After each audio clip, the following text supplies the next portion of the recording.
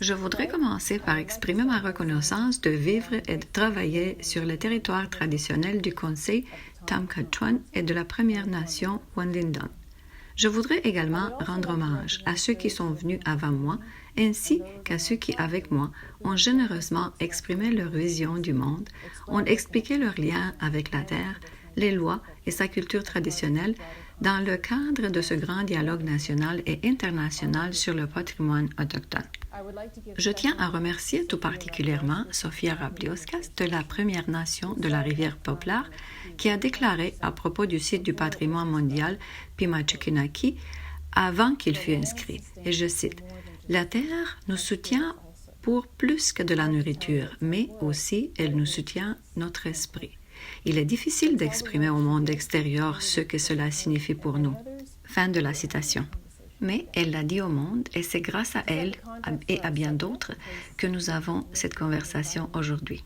Pour situer le contexte de notre sujet d'aujourd'hui, culture, nature et environnement, je vais aborder brièvement le travail qui a été accompli jusqu'à date, en particulier dans le domaine de la nature et de la culture.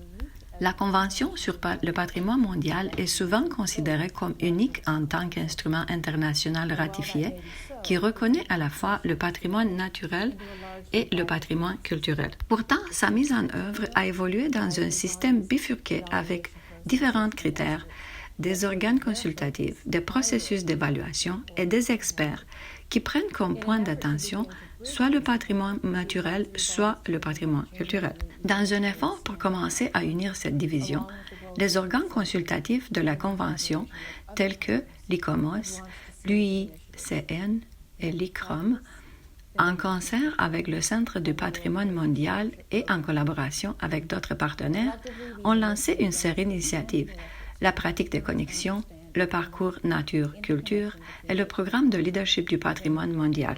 Ensemble, ces initiatives démontrent les efforts tangibles pour reconnaître, comprendre et promouvoir l'interconnexion entre la nature et la culture dans le cadre du patrimoine mondial. La pratique de connexion a été le premier de ces projets et, comme son nom le suggère, était un moyen de relier la pratique de l'ICOMOS, de l'UICN et le travail qu'ils font sur le terrain en relation avec la Convention du patrimoine mondial.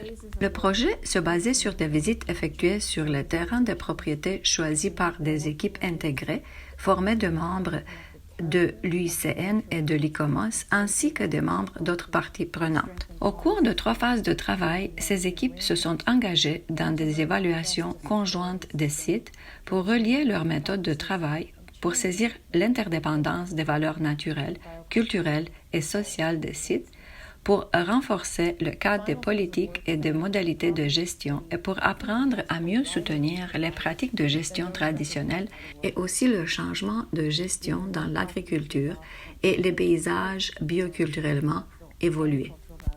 La phase finale des travaux a conclu que les propriétés étudiées possèdent souvent une plus grande variété de valeurs que celles reconnues dans la description du patrimoine mondial, conduisant une propriété à adopter une approche intégrée pour la gestion des valeurs naturelles et culturelles afin de reconnaître la signification globale et la richesse du site. De plus, on a déterminé qu'il fallait travailler davantage pour comprendre la gouvernance et la gestion et établir la différence entre les deux notions, et aussi pour créer des moyens de surmonter des barrières institutionnelles constantes. Fondamentalement, initiative ascendante, le parcours nature-culture cherche à établir des liens, rassembler les gens et créer un espace pour la création, et je cite, de nouvelles connaissances et de méthodes visant des problèmes issus de la séparation entre la nature et de la culture dans plusieurs de nos processus de conservation. Fin de la citation. Cela a pratiquement commencé en 2016 lorsque l'ICOMOS a été invité à participer au congrès de l'UICN et qu'une série de sessions ont été organisées autour du thème nature-culture. Ce fut une invitation réciproque car après, les membres de l'UICN ont participé à l'Assemblée générale de ICOMOS en 2017 et la série de sessions de deuxième parcours nature-culture a été organisée. Depuis, 2 déclarations d'engagement, publications et autres événements mineurs ont eu lieu à travers le monde sous la bannière du parcours Nature-Culture. Un mémorandum d'accord entre l'ICOMOS et l'UICN sera bientôt signé et un programme de travail pour guider de nouvelles initiatives sur des priorités communes sera développé. Trouver de nouvelles façons ou un nouveau discours pour parler de la nature, de la culture et des gens et promouvoir la diversité dans les pratiques de conservation globale font partie des objectifs à long terme du parcours. 2020, le parcours Nature-Culture devait à nouveau participer au congrès de l'UICN, à l'Assemblée générale de ICOMOS, à la COP 15, en rapport avec la Convention sur la diversité biologique. Ces événements seront rapportés. Le programme de leadership du patrimoine mondial est le plus récent développement en matière de renforcement des capacités dans le cadre du patrimoine mondial. L'un de ses buts est de construire et d'accroître les connaissances pour relier les gens, la nature et la culture dans la conservation du patrimoine. Il a aussi émané un processus pour mettre à jour et modifier un ensemble de manuels, de guides et d'outils pour y parvenir. Par exemple, un manuel intégré pour gérer le patrimoine mondial remplacera bientôt les manuels séparés existants sur la gestion du patrimoine mondial, naturel et culturel. Une trousse d'outils pour évaluer l'efficacité de la gestion des sites naturels du patrimoine mondial, intitulée « Améliorer notre patrimoine », est en cours d'adaptation pour les sites culturels du patrimoine mondial et rééditée en tant que boîte d'outils pour l'évaluation de l'efficacité de la gestion pour le patrimoine mondial. Un guide intégré sur l'évaluation de l'impact et un manuel révisé sur la gestion des risques de catastrophes et l'adaptation au changement climatique sont également en cours d'élaboration. Un autre programme récemment lancé est la plateforme web de solutions Panorama, qui récemment introduit une communauté sur le thème de la nature-culture. Cette plateforme recueille des études, des cas qui documentent des solutions inspirantes et réplicables sur une gamme de sujets de conservation et développement durable.